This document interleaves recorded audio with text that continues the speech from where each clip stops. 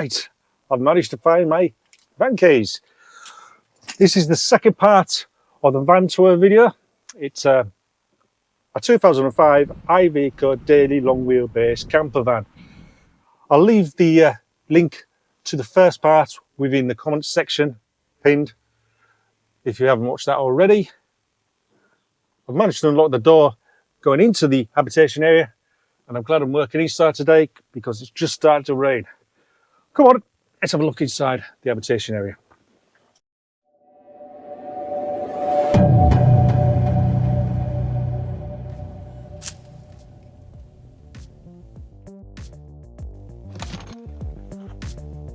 So, as we come through my insulated bulkhead wall, when is a bulkhead not a bulkhead?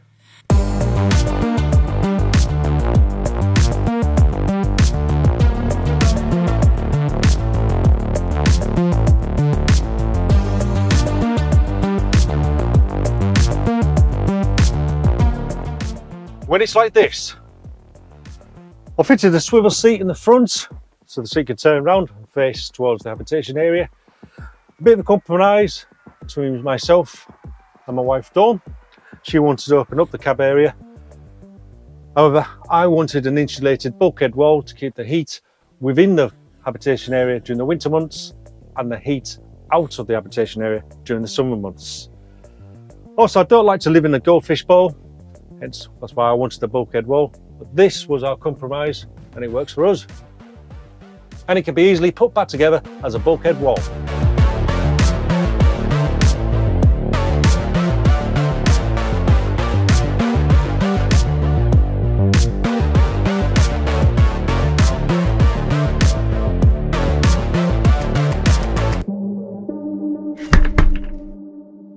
So with the bulkhead back into position, just above the bulkhead is the overhead storage locker, which is just full of clothes, to be honest with you. Nothing much of interest to see in there. Moving on from the overhead storage cupboard, we'll go this way, along this wall. Just above the cargo door, the side door, is a plinth. And within that plinth is a projector screen. Now obviously with a projector screen you're going to need a projector. So the projector is stored in this overhead storage locker here. It's a Nebula Max free air. It's a bloody good projector.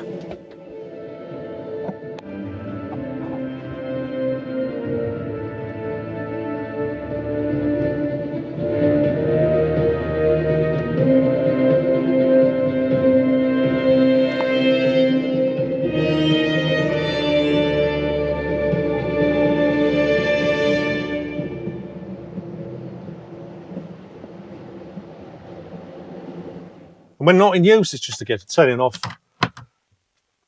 and storing the projector screen away. Moving further forwards, moving on from the projector screen, we'll go along this way with the overhead storage cupboards. This overhead storage cupboard houses the microwave and my Victron Venus Raspberry Pi touchscreen display. And within this display, it just shows the battery levels, AC loads. I can turn my multi-plus 2 on and off here, and it shows what my solar array is doing upon the car park and the van roof. Just below that are just temperature levels, which are placed in various positions within the van. And just below the temperature levels is my freshwater level, which is currently showing 62 litres full. From this display, I can also turn off my work lights. So that's the work lights on, and that's the work lights off. So it's all programmed for my needs and uses within the van. Let's go forwards. As I've alluded to, there's a microwave within this cupboard. I think it's a 900 watt microwave. Not much to say about a microwave, is there? It's a microwave. Just at the side of the microwave, I've got my switches for my lights. That's within the overhead storage cupboards. Moving a bit further down, within this overhead storage cupboard, we have What do we have in here? Just plates and cups and saucers and dishes, and a few of Dawn's junk in here. We'll go back that way again as we come across the offside of the van, and another overhead storage cupboard, which is just housed above the seating area. It's around about 7 foot long, I think it is. And within these cupboards, I've got a Bluetooth speaker for the van and the projector, because the projector speakers ain't that great, I don't think. The projector and the digibox, so I can receive a TV signal. And within this cupboard, we've got some food in here. I am peckish now. Oh, crisps. I love them. Hope it's still in date. So that's the overhead storage cupboard on the offside of the van.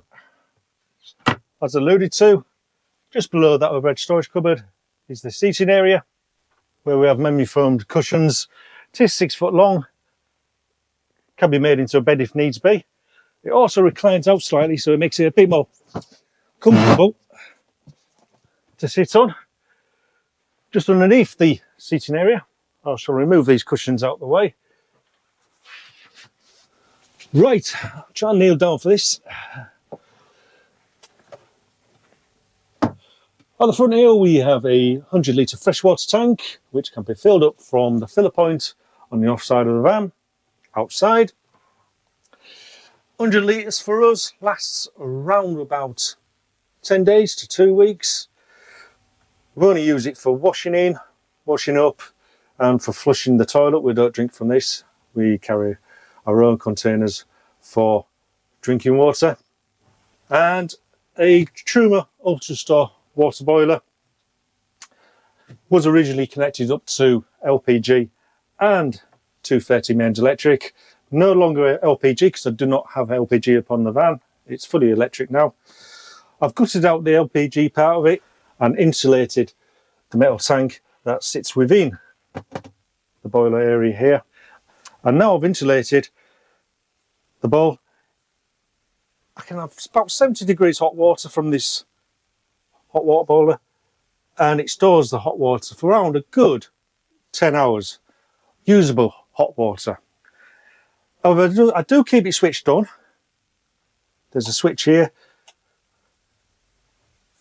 and it doesn't use a lot of electric. Once it's come to temperature, once it's at 70 degrees, the element will kick in once every hour or so and just gently warm the water back up to 70 degrees again. Other than that, in here, there isn't much else to show you. And just beyond the bench sheet, we have a base storage cupboard here. Coffee machine on top. Underneath the coffee machine, we've got a drawer we pull out and just basically cutlery in there. Knives, forks, bottle opener and all that. In this cupboard area at the bottom is just where we store our drinking water. Nothing else much in there really. On the side of the storage cupboard here we have a switch bank, and there are the switches for the LED cob lighting on the offside of the van. And the white one is the isolation switch for the water pump on the freshwater tank. We've also got a mains electrical output socket on each of these base units.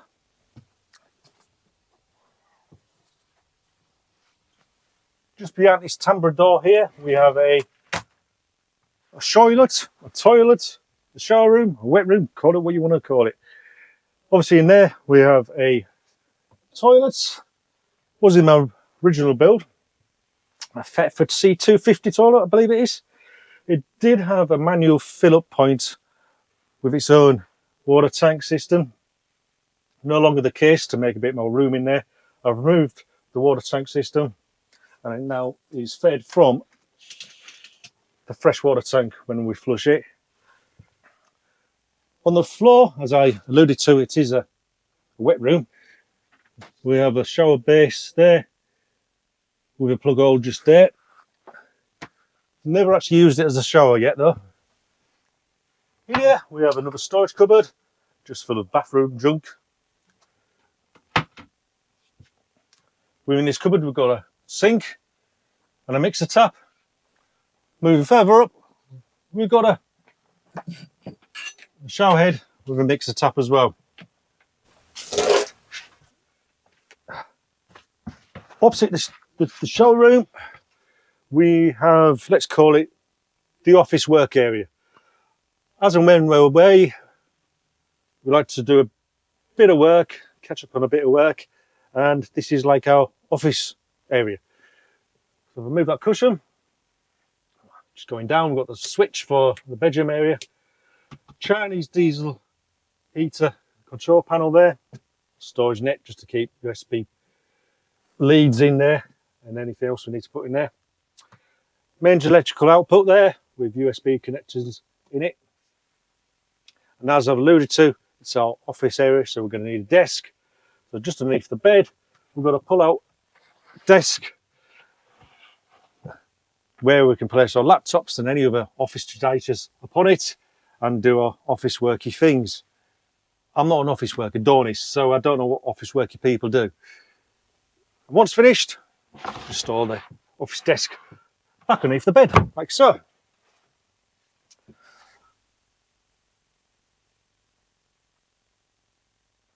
Underneath this bench seat, if I remove the cushions, it's just a storage area where we keep some bedding and some winter clothing, really. For Dawn's benefit, because she's a short ass, I've also got additional storage within the step there. Now that step is for her to gain access into the bed. It's a little bit high for her. However, that step can be easily removed to gain access to the door, which leads into the garage area of the van.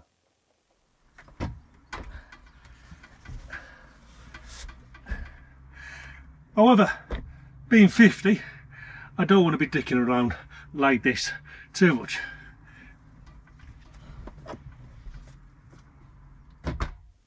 So from the bench seat here to the kitchen base cupboard.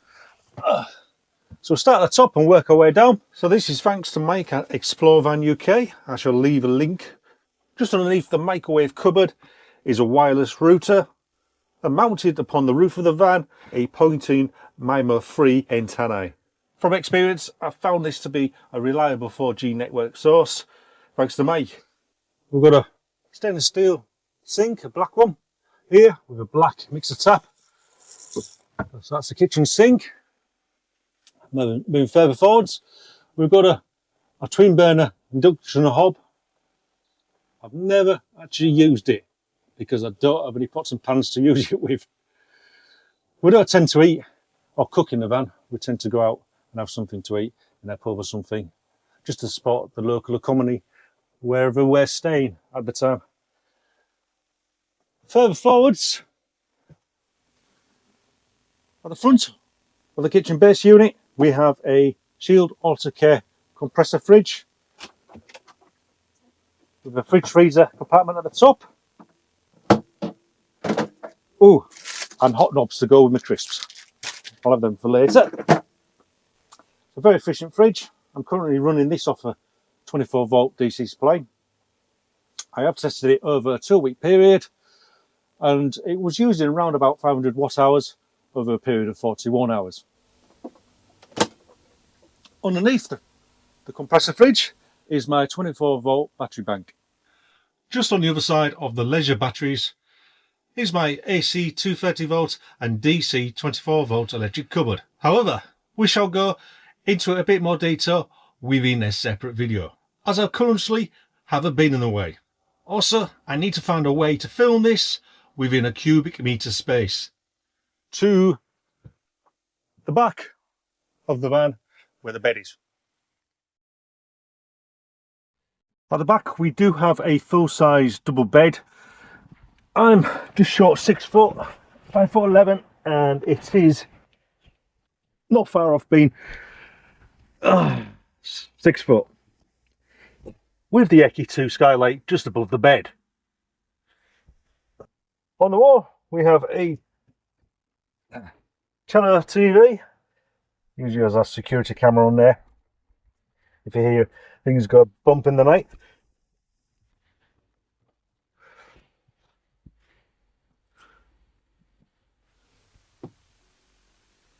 I don't think anyone will notice that I was wearing different clothes there. Now, did I go beyond my £10,000 rebuild budget?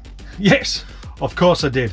To date, I've not fully tallied up the full campervan rebuild cost, but with the extra costs incurred, needing more tools, a new mattress for the bed, the clutch needed replacing, okay, the projector was an unnecessary indulgence, but I estimate it to be in the region of £11,000 to £12,000. However, I can tell you the true weight of the van, as I have weighed the van since the rebuild, and it comes in fully loaded at 3,700 kilograms. I knew this was going to be a heavy build, so no surprises there. As I mentioned within the first video, we uprated the van to 3,890 kilograms, leaving us with a payload of 190 kilograms. So that pretty much concludes the van tour videos. Thanks for watching. I'll see you next time.